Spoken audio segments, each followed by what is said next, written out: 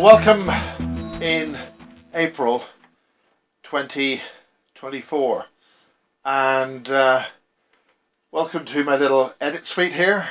And what we've been doing is we've been going over the Basis project, and we found after the late Anna and Sissel's passing, we found an interview that we did with Anna in Soon with Sissel, who ran the Jupiter Center in Soon in Norway, southern Norway.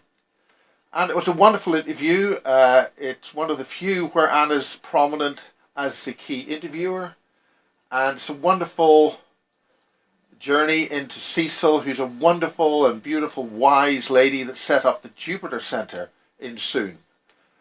Soon has a wonderful, artistic, quaint, and place where different people of different ways of thinking and things can assemble, and one of those was Sissel, and she did this wonderful meditation center called the Jupiter Center. Sadly, Sissel passed away at a very great age only a few years ago, and unfortunately her wonderful Jupiter Center has since been sold, and like a lot of these things move on, and there'll be houses built on that. And that was directly opposite Anna's house, where her daughter Lisa now lives. Anna passed away abruptly on the 29th of February this year, and she is greatly missed.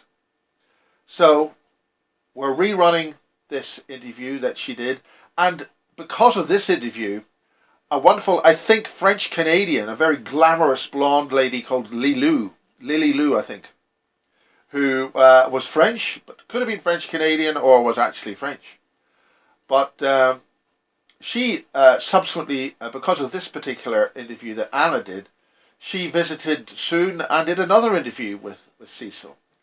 So she became quite famous. She was a wonderful lady. And we won't talk about Anna's dog and Sissel's chickens, but that was another event in a wonderful time that I had in Soon with Anna, the late Rauni Kilde, the late Anna, the late Rauni Kilde, and the late Sissel.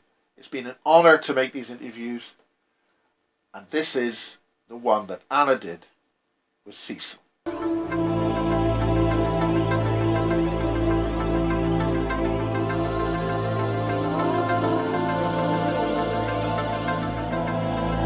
Hi, I'm Anne Hess, and Miles and I are here in Oslo, Norway, and we are making an interview with a dear old friend of mine, Sissel Tvedte, who is one of the pioneers in the New Age I Am movement here in Europe.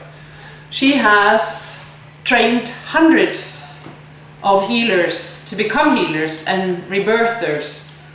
And she has had thousands of clients up through the years. I was with her for the first time 20 years ago and had sessions which was profound in helping me through traumas, helping me through difficult times. And she's bigger as ever. She's just come back from a big tour in Asia. She is she's going to talk to us about the importance and the art of breathing. I can also tell you she is an artist, she's a writer, she has a chicken, she has a center, and she's a grandmother, and she has thousands of friends all over. So come on, let's meet Sissel. I'm so happy that we have this chance to catch up with you, Sissel, and to have the chance to ask about rebirthing. To me, that is the most profound therapy and healing technique to grow in the soul and in spirit. Yeah. I know that you've been doing this over 30 years. Yes, that's right. And can you explain it, a short version? A short version, yes, you help people to, I do help people to go down into themselves before they had a language, you may say. Because you didn't have a language as a 2-year-old or baby, newborn baby. Sometimes I bring them back to the time before birth, to the 9 months in mother's womb. And even sometimes I can go back to previous life, if I can go into that now. But it do help the people to find themselves, the inner self, what we are hiding. We not have no connection with this, usually. Because we're playing our lives, we're playing the games, you know. We can see other people live their lives and we pretend we do as we expect, we think other people expect us to do. And then the rebirthing brings you back to yourself and to things that you do not remember. So this can be really a shock for some people, but a help to see themselves, to feel themselves, and to have this clean feeling of I am inside myself. And sometimes they're really smiling, they do scream as well. They can go back to scaring things in the childhood, in mother's womb, when they can see that they're not wanted, for instance. But they can meet themselves and say, I decided to go back to Earth this time. I decided to have this mother, this father. And all of a sudden I can see why I came, why I decided to come. And I had to grow through this, you know. And it's so many things I don't really know where to start. No. But what can you describe one typical seance or a typical, you have you call it the patient? Yeah, you can client, so patient. Yeah, client coming in, well, and what happened then? All of a sudden, one thing is coming into my mind. A young man came to me, and he had had a beer before he came, because it helps him to do not have the control, as we usually have. So he went straight into really a big pain in his back and the leg. And you mean a beer, he drank a beer? He had a beer before he came to me, so courage. he could be with more courage and relax a little more. Okay. So he went straight into these deep, connected breathings. And he was screaming, and I said, oh, my leg and my back. And I could see him on the battlefield. It was back in the First World War. And he was shot. And I said, yes, you lost your leg then. And then he cried even more, you know. It was really screaming through this, breathing through it. And after that he was floating. Went out of the body, as I say. And then floating for a long, long, long time. And then slowly I brought him after 20 minutes and I said, come back. So you prepare yourselves to come back to this life. You know, what's happened. He had, before he came, he was going to have, the doctor said he should have an operation on his back because he was completely locked up and he had very big pain. After that rebirthing, the back was completely okay. Yeah. And the pain in the leg wasn't there anymore. Things like that are happening. And so you can meet people and see that they're dying, as I talked about. Sometimes they really go back to previous life and they died, hanged or something, cruel things. We have had our heads chopped off sometimes, you know. If I go back to that, I can find them. All of a sudden, they're sort of, they do look like dying people, dead people. You mean when you look in the I sit there behind their head, and all of a sudden they get completely pale, white, so rather pale, light blue in the face, getting icy cold. and no, do not move at all, and I can see they're dying. They're back to previous life when they died. Yeah. And I think about one of my patients, actually clients coming from the university, for instance, they are much more mental. Sit up here. So I had one coming to me, he wrote me a letter, and I hear about you, I want to come and see what is hidden inside me. And that was a lot. But the thing is, I'll tell you how it did work.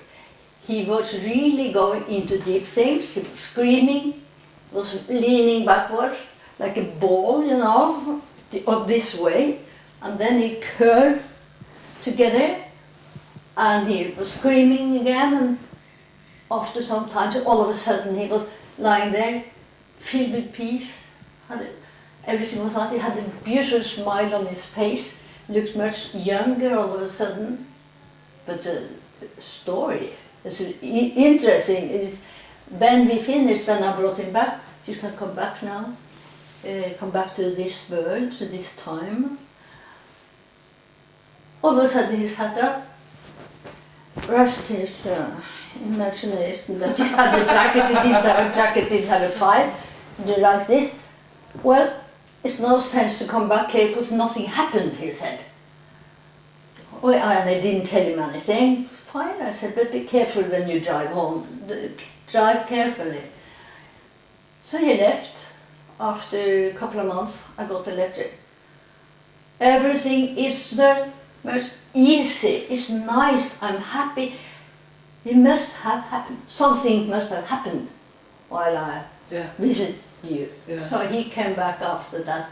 But that goes to tell, they do not always they don't recognize it. They do not recognize that all of a sudden, after some time they remember. Well, okay. It's coming up, but they can see that everything is so much easier now. Yeah. You know? Yeah. I feel happier. I do not know why I'm so happy now. But I got rid of something, you know. Yes. They really got rid of something.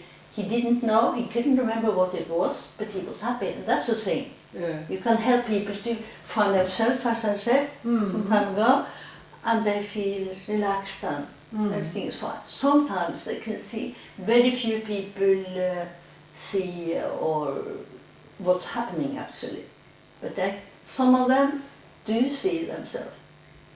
So it doesn't matter actually, because you bring them back to the point that they're feeling from this mental space, as I call it, down to the feelings. They have to go back to the feelings. What happened? In the cells in the body, they do remember everything. Yeah. Everything is stored in our cells. That's Previous life, the coming lives. Yes. We're not talking about the coming lives now, but in this life. I want to ask about coming lives. Does that come up often? Does that come up at all? Yes, it does come up, but I don't talk about it because people they're not prepared, they're not mature enough to do that. I can talk about that, but I can see things that's going to happen. Well, okay.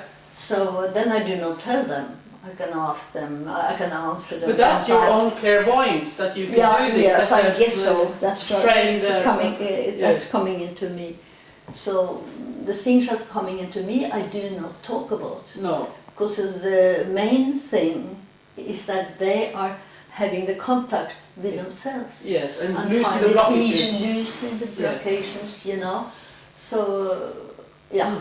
And I know that Sissel, she has a healer school, and she has trained more rebirthers and healers than anyone else I know, at least in Europe. And I've been thinking about this because I know that many countries where they have had war, where they have had catastrophes, people have a very strong sense of catastrophe or a trauma hanging over them. Is there any way you can use this rebirthing in large groups, or do you have any idea how that could be done? Yes, I have ideas, but I haven't practiced it. No? But they're coming to me. There can be, have been to the tsunami, for instance, a few years ago, and in the war. So they come to me one by one, so I'm helping them.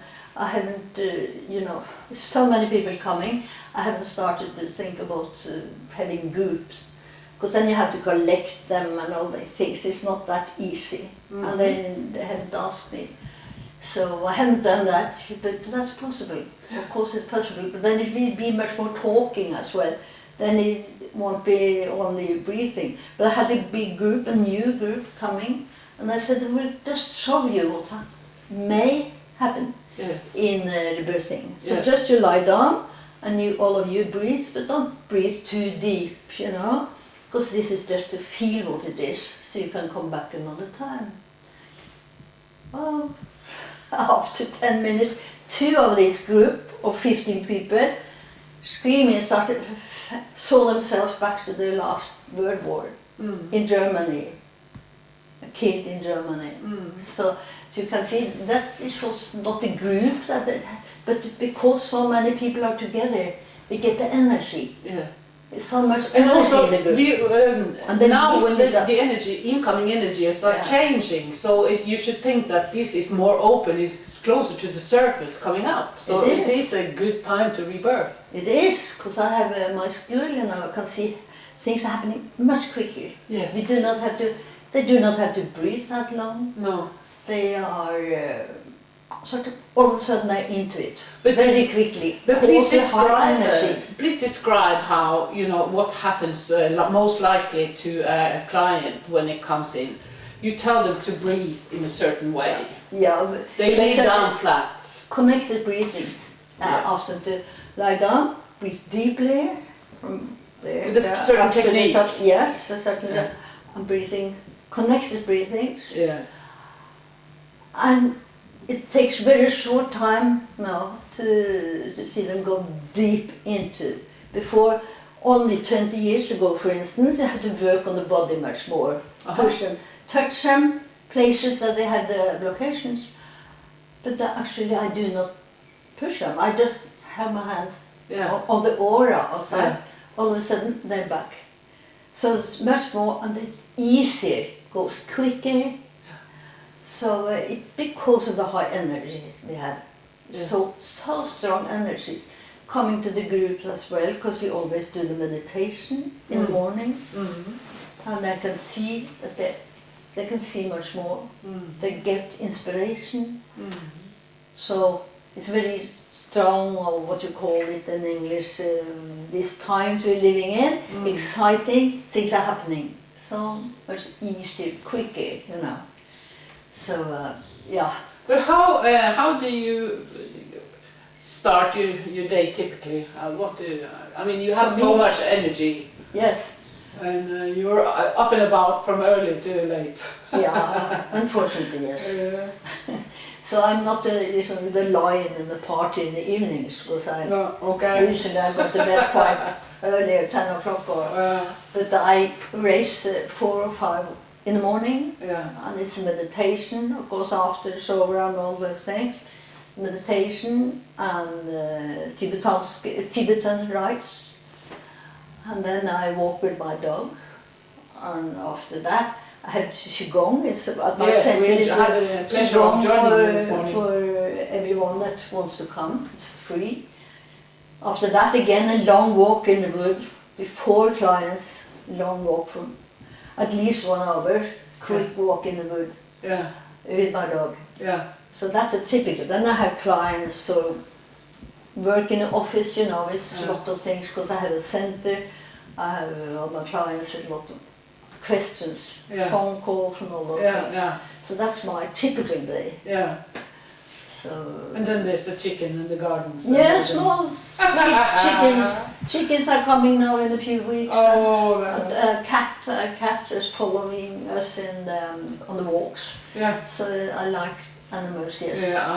Many years ago, when I lived in New Zealand, I had a horse as well, and that's good. But it's no time for a horse any longer. Unfortunately, you can't have everything. But it's a pleasant, gorgeous life, I think. Can I ask about some of the difficult stuff now? And that is when you have pain coming up would you say that always the thing is resolved? Or are things coming up that are so difficult that you can't solve it there and then? How about that? Or dark memories or some horrible, maybe rape or I don't know, memories that are so... Because they scream, they get scared, they get a shock, or they can all of a sudden go after they leave their body, as I say, for a few minutes and come back with scream, big scream, and they're holding here. The cat was, they had cut the throat, or they was hanged, or it's really great pain, but the pain is disappearing again. That's a good thing. And then after that, they feel much better, more healthy, because this is a very healthy therapy as well. If you go to build up your health, breathe deeply. That was a publication for the... I know you've written the book, quite famous book called Breath in English, Pust in Norwegian. Yes. What is, in your opinion, why is it so central with breathing? Why is this everything? I would say to have connected breathing or have to breathe fully is to have the full contact with yourself, your inner self, to the half breath as we usually have, you know, overflatepust, or what you say in superficial breathing. That the half, it is a live half, and no breath is death, you know. That's when you see that you feel your life if you have this deep breathing. When you feel your lungs. So that's a very good thing. So if you want to live fully, you should have this big, deep breath. Not connected breathings. I would say do not breathe. Practice connected breathing if you don't want to go into a deep rebirthing. Do not do it alone before you have had at least 20 breathing with the therapist. Oh yeah, for the real heavy stuff. Yes. You've written a book called Breath, Pust in Norwegian. Yes. And it describes the importance of breath. Can you explain something about the importance of breath? I talked about the importance of breathing, you know, to get contact with yourself. And of course you have to have the courage to go into it, because it's painful as well. You can meet things, stuff that you do not like to see at all. You can meet your anger, your hate, and you have to breathe through those things. And the thing is that if you have the courage to go into that, you go through it, and then you go into the fear of dying, for instance, and you go further, and then you die. You allow yourself to go back to the death, and then you go into the happiness, as I say. Then you can see this relaxing, releasing. You know, if people let the control go, that's fine, that's okay, that's great. But some people, no, they avoid it. Don't talk to me about rebirthing. You know, few people. So but it's also the shame and. Yes, the shame for having hate and anger. Yes. I had a lady coming to me. It was so. Oh, she always so nice. She was helping everyone, smiling people. The smiley girls, I call them, nice girls. And then I really forced her. I went deep, and I forced her to go into this anger inside her. And she was furious, you know. And she couldn't forgive me. It took her 2 months to forgive me, for she couldn't accept all this hate and anger that came up. But after that, she was so relaxed and happy, and so much more alive. So it's so important to love yourself, to be, and to know all your feelings. But people do not. They have a shame for feelings, not being nice and nice. I hate these nice girls. I shouldn't say that, but I said in school as well. Stop smiling. You're talking about things that's so terrible. Your childhood, you're very misused and hit and all those things, and you're smiling. Can you please stop smiling? And that's not why the tears are coming, and then we can work from there, because you have to go into yourself. You have to love yourself. to be alive and to see, accept everything. Yes. That's the thing. But for, you know, to be alive, to have the libido is very close to sexual urges. Yes. And as a woman, I mean, that is what has been oppressed. Oh yes, it has. So just the shame of being alive, that's a big thing with us. Yeah, shame about and sex to- and everything. Yes, You're talking about that. That's transcend that's a big task, you know, for many. force all these young, all ages, these women to go into this. Yes. Accept their sex life and the feelings as But that's a new thing, that, to Yes, it embrace is. that and love it. They I mean, get pale and they yes, certain and for many that's not spirituality. They put No. that in one box, and then there's the spirituality. So stick together all of it. You have to accept all inside yes. you. So that again, to me, talks about the separation between the having a body or being in the body Yes. and being spiritual, because people tend to say that the spirit is some lofty thing, it's out there, instead of bring it back, you know, and taking everything it is to be human. You can't sit on the top of the mountain in Himalaya and in the freezing in the snow and keep yourself. You do not get near to spirituality that way. You can do it everywhere. Yeah. And you be inside your body, accept it, and live your life, you know, that's the thing. And then you get into this deep meditation, and then all of a sudden I can feel myself lifted out, even in the meditation, out of this world, back to previous life, for instance, or getting information from the other side, and that's more. It's stronger now than ever these years, but you shouldn't talk about that. Oh, I think it's so interesting, and also I noticed some therapist or somebody who knows this, that they talk about the divinity as kind of being not human anymore. They kind of lift it and then bring it back to being human. What's wrong with being human? That's what we want to do. You know, it's so wrong. It's a stupidity, you know. Because it is, you really have to be inside your body to be spiritual. Really spiritual. Yes. So, But also not to be in your body. That's part of some many religious traditions. Yes, but you can go out. I've been out to my body in India a few years ago. In a deep meditation, they call you had looking into yogi's eyes, and all of a sudden, I was out of my body. Yes. I disappeared, and the speech and the meditation was over. People from all over the world was connected there. And I couldn't get back again. That's one of the times. I was hanging there. I come as far as up under the ceiling, and I thought, oh well, I had to come back in my body. I have family at home. How can I come back to the body? I couldn't manage then. And they said, are you feeling okay? The lady beside me. And I said, I couldn't move my head, so I couldn't say no. Come back in my body. I have family at home. How can I come back to the body? I couldn't manage then.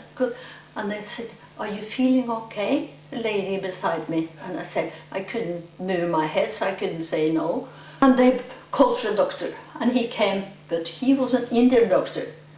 Oh no, he's sitting, she will come back. I tried to do this for 30 years, I haven't managed. That's what he said, you know.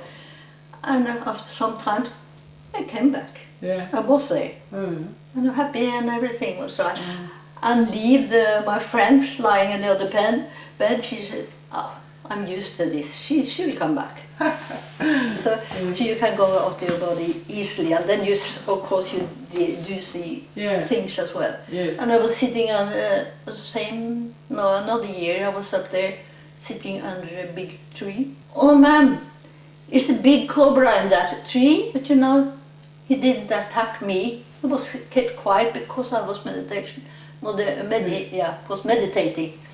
So that's how you are really looked after from the higher, from animals and the higher higher individual. Yes. Because I think at some level we are halfway out. Yes. To be in the present moment, to be that's here and now. That is important, to be in the present moment. Yes. And I never tried to get out of the body.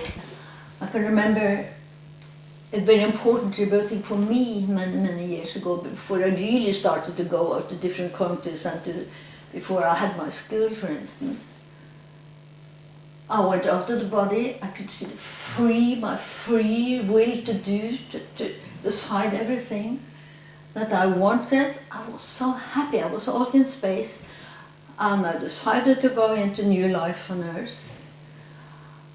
And then I come back from that, or was back to this time, and I come down the stairway to see some of my friends downstairs. This was the big ashram in another country. He said, "Oh, you look like an angel," she said.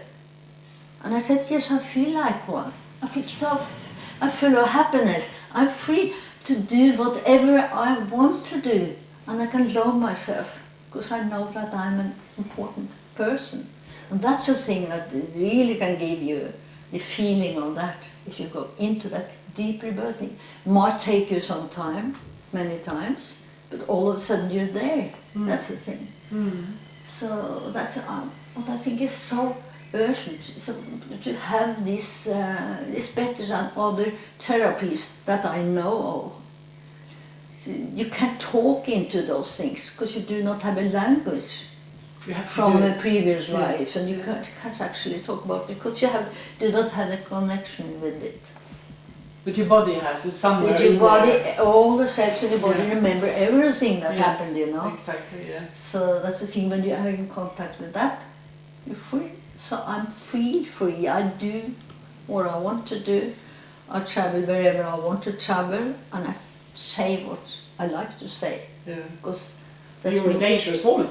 Yes, some people think I'm dangerous. Keep away. No, but not many people keep away. No. But some of them are scared because they dare not live their life. No, but I'm thinking for established society you are a dangerous one, because you come with new things, new ways of new living. things. It was new a long time ago. Now there's people talking about these deep breathing sessions and rebirthings. Many places all over the world mostly, but still not enough people do not know about it and then go into it. Yeah. To love yourself, to go into it, that's the thing, you know, important thing, to love yourself. So read my book. Oh, I have read it, I love it. Thank you, Sissel, for taking this time. It's wonderful. I hope we can talk another time too. Thank you so much for this nice interview. It's always so nice to talk to you. Same to you. And listen to all your wisdom.